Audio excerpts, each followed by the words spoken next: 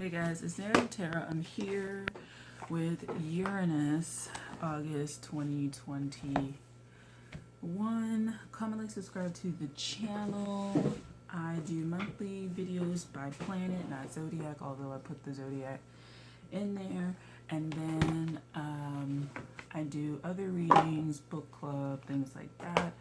So just check that out if you're interested. You can check out Leo season. I put the video up about that. And today we're using the Stargate deck, Transformative Images for Heightened Awareness.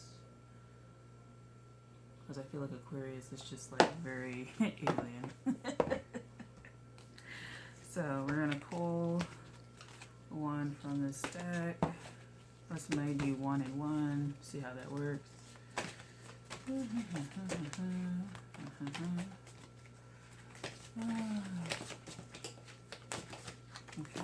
like that.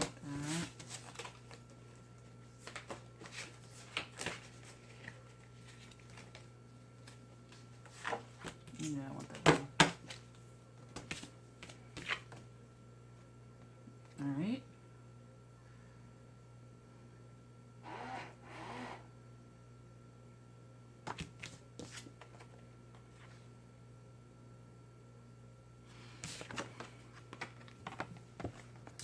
So,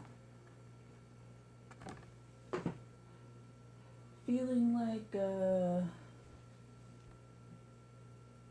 understanding what a temple is, understanding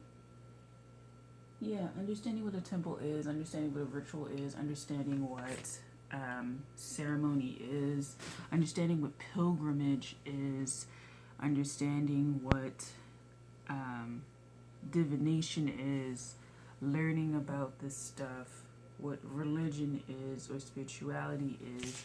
It's a lot of learning what stuff is for this month for you guys. Uranus is in Taurus.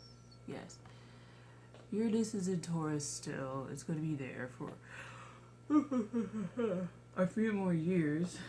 It'll be there until like what? 2025, 2026, somewhere in there. And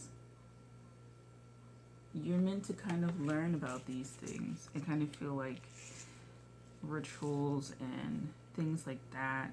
You may be pulled to certain parts of the globe for these things, or certain symbols or things like that, even certain sounds. You just may be getting pulled into it. Let me get some water.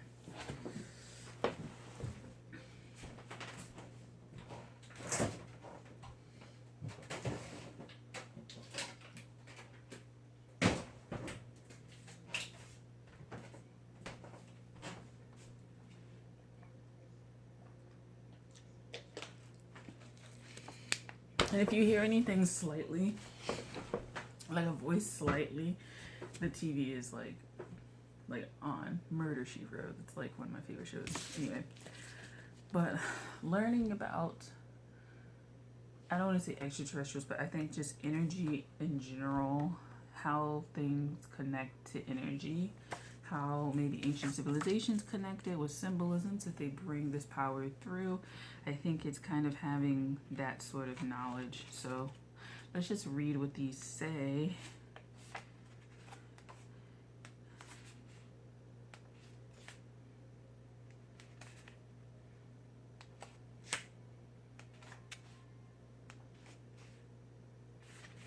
So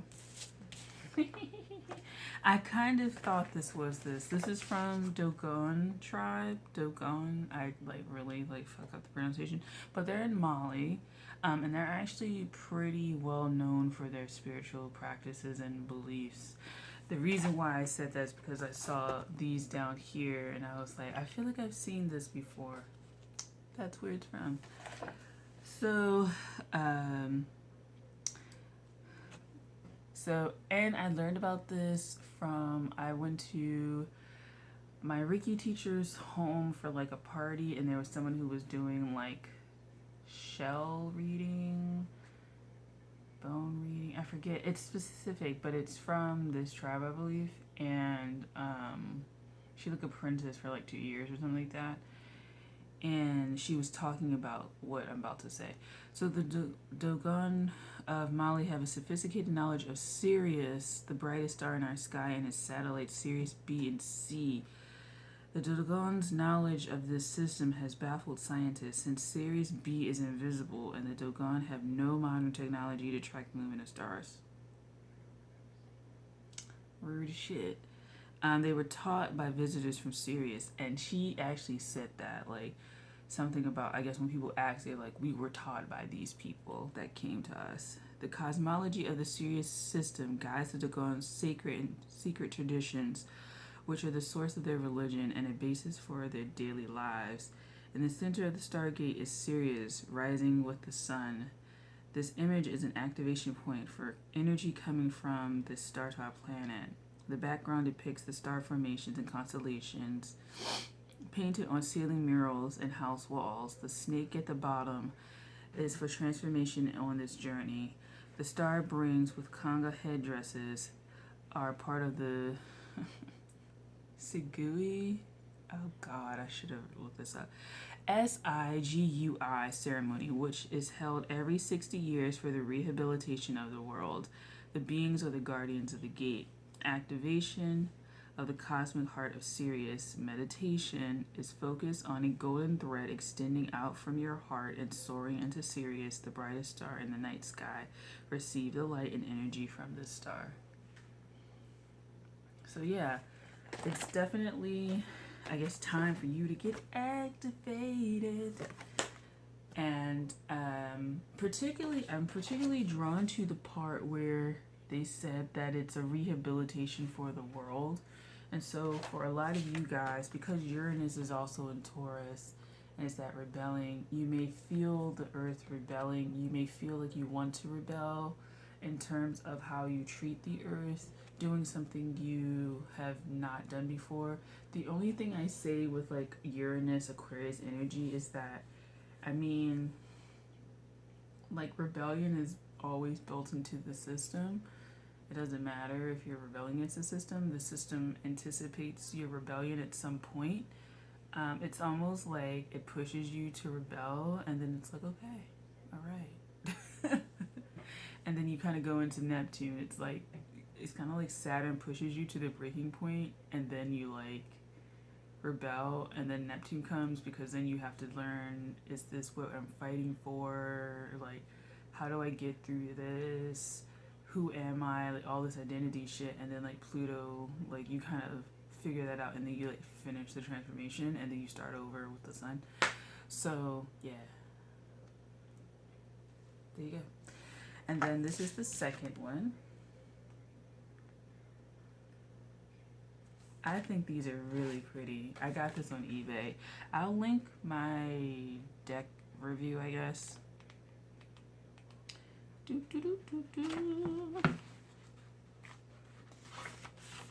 Okay. So these are different. Child, where's that? It's only like 2 pages left. Hold on here. So this is Sehkmet. I am Sehkmet, Mother Goddess of love, fire, shadow, the end and the beginning, for all is one. Love breeds fire, which burns of shadow. To be one with the universe, you must embody all three. That is my sacred ritual of initiation. My image of 2 snakes is the Kundalini, or life force. I dance on two crocodiles, which represent the conflict you suffer in choosing a spiritual path. There's only one path. The 4 hippos represent your search. Again, there's only one path, represented by the laughing hippo at my crown. The Sahu, or Sehu, the sacred body. It is not about pain, suffering, or confusion. It is about love, my child. For my initiation, we chant. Close your eyes and chant Sa, Sehkmet, and Sahu. Take a deep breath and chant a few more times. Fear looms like smoke. It is all around you. Take the smoke in until it fills your whole body. It is the shadow that you fear. The smoke fills your body and it burns. That is your life force. Burn, my child, and burst into flames with my healing hands as the Ankh.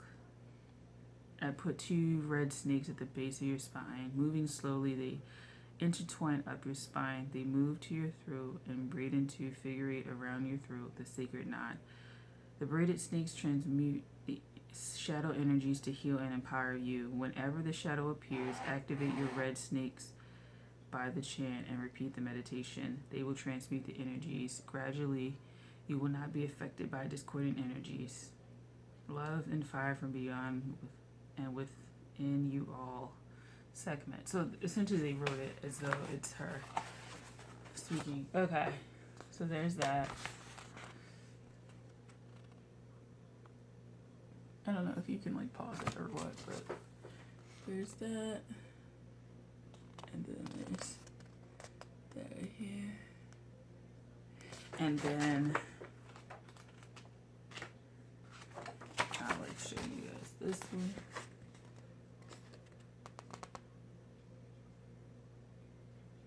And then this side.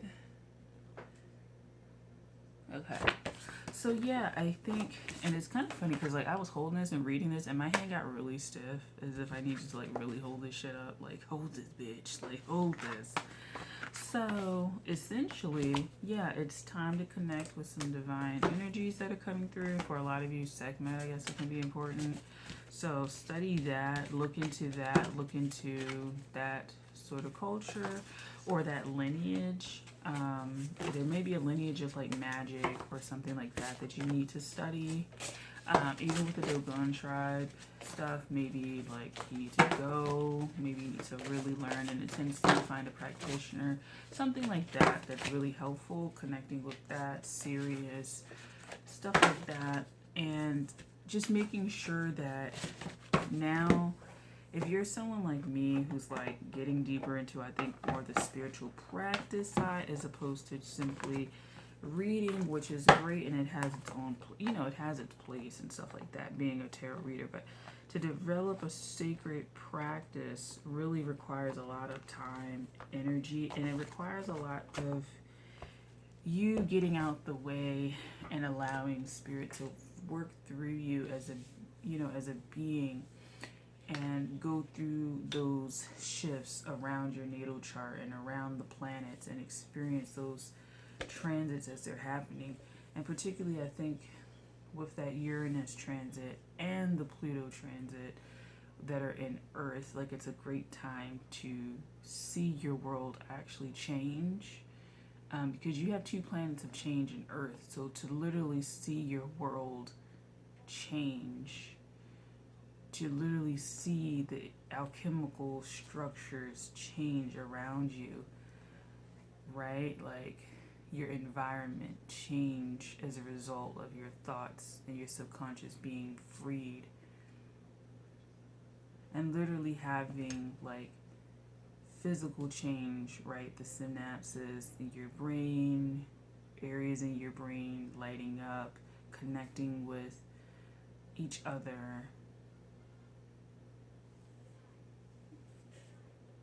It's important. So I think that in the future, you'll be having some really interesting experiences when you start to really practice this. So that's all I have for you guys. I think it was quite simple and to the point. Yours is more of a directive of what you need to do as opposed to the other ones where it seemed like they needed a bit more advice. I think this is the next stage for you guys. And yeah, so I'll see you guys for September. Comment, like, subscribe to the channel, watch other videos if you're interested. I'll link this review up there and Leo season if you're interested. And yeah, so talk to you guys later. Bye.